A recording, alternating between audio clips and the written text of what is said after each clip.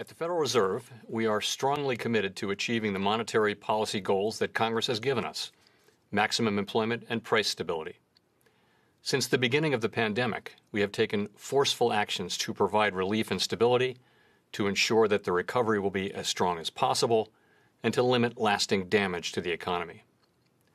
Today, my colleagues on the Federal Open Market Committee and I reaffirmed our commitment to support the economy in this challenging time. Economic activity has continued to recover from its depressed second quarter level. The reopening of the economy led to a rapid rebound in activity, and real GDP rose at an annual rate of 33% in the third quarter. In recent months, however, the pace of improvement has moderated. Household spending on goods, especially durable goods, has been strong and has moved above its pre-pandemic level.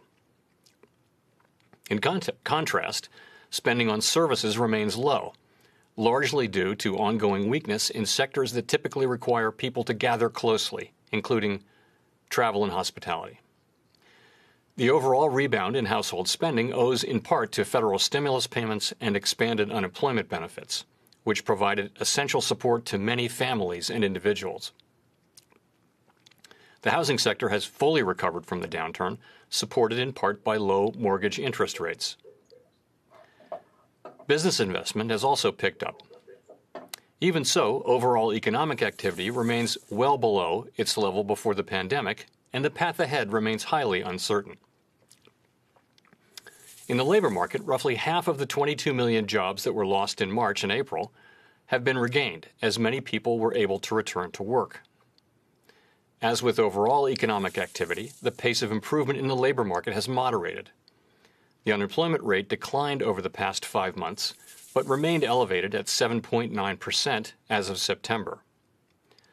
Although we welcome this progress, we will not lose sight of the millions of Americans who remain out of work.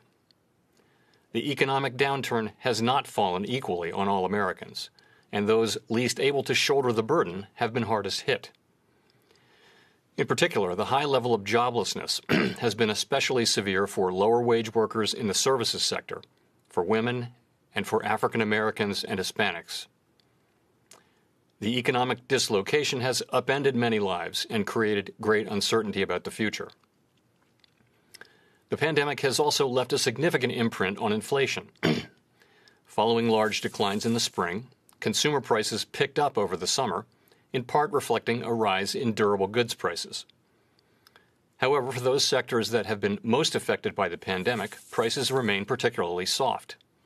Overall, on a 12-month basis, inflation remains below our 2% longer-run objective. As we have emphasized throughout the pandemic, the outlook for the economy is extraordinarily uncertain and will depend in large part on the success of efforts to keep the virus in check. The recent rise in new COVID-19 cases, both here in the United States and abroad, is particularly concerning. All of us have a role to play in our nation's response to the pandemic. Following the advice of public health professionals to keep appropriate social distances and to wear masks in public will help get the economy back to full strength. A full economic recovery is unlikely until people are confident that it's safe to re-engage in a broad range of activities. The Federal Reserve's response to this crisis has been guided by our mandate to promote maximum employment and stable prices for the American people, along with our responsibilities to promote the stability of the financial system. As noted in our statement on longer-run goals and monetary policy strategy, we view maximum employment as a broad-based and inclusive goal. Our ability to achieve maximum employment in the years ahead depends importantly on having longer-term inflation expectations well anchored at 2%. As we said in September and again today, with inflation running persistently below 2%, we will aim to achieve inflation moderately above 2% for some time, so that inflation averages 2% over time and longer-term inflation expectations remain well anchored at 2%. We expect to maintain an accommodative stance of monetary policy until these employment and inflation outcomes are achieved. With regard to interest rates, we continue to expect that it will be appropriate to maintain the current 0 to 1/4% target range for the federal funds rate until labor market conditions have reached levels consistent with the committee's assessments of maximum employment, and inflation has risen to 2% and is on track to moderately exceed 2% for some time. In addition, over coming months, we will continue to increase our holdings of Treasury securities and agency mortgage-backed securities, at least at the current pace. These asset purchases are intended to sustain smooth market functioning and help foster accommodative financial conditions, thereby supporting the flow of credit to households and businesses. At this meeting, my colleagues and I discussed our asset purchases and the role they are playing in supporting the recovery. At the current pace, our holdings of securities are rising at a substantial rate of $120 billion per month, $80 billion per month of Treasuries, and $40 billion per month of agency MBS. We believe these purchases, along with the very large purchases made to preserve financial stability in the depths of the crisis, have materially eased financial conditions and are providing substantial support to the economy. Looking ahead, we will continue to monitor developments and assess how our ongoing asset purchases can best support our maximum employment and price stability objectives, as well as market functioning and financial stability. The Federal Reserve has also been taking broad and forceful actions to more directly support the flow of credit in the economy for households, for businesses large and small, and for state and local governments. Preserving the flow of credit is essential for mitigating damage to the economy and promoting a robust recovery. Many of our programs rely on emergency lending powers that require the support of the Treasury Department and are available only in very unusual circumstances, such as those we find ourselves in today. These programs serve as a backstop to key credit markets and have helped to restore the flow of credit from private lenders through normal channels. We have deployed these lending powers to an unprecedented extent, enabled in large part by financial backing and support from Congress and the Treasury. When the time comes, after the crisis has passed, we will put these emergency tools back in the toolbox. As I've emphasized before, these are lending powers, not spending powers.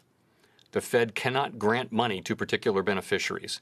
We can only create programs or facilities with broad-based eligibility to make loans to solvent entities with the expectation that the loans will be repaid. Many borrowers are benefiting from these programs, as is the overall economy. But for many others, getting a loan that may be difficult to repay may not be the answer. In these cases, direct fiscal support may be needed. Elected officials have the power to tax and spend and to make decisions about where we as a society should direct our collective resources.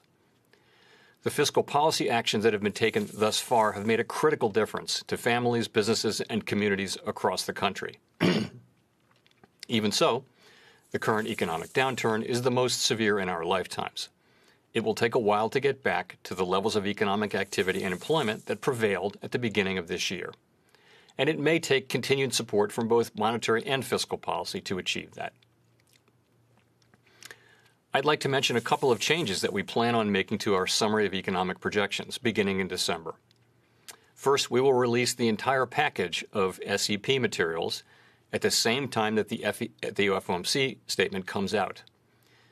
Previously, some of these materials were released 3 weeks after the meeting as part of the minutes.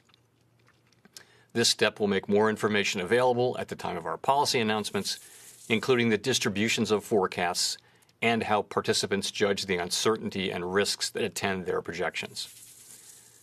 Second, we will add 2 new graphs that show how the balance of participants' assessments of uncertainty and risks have evolved over time.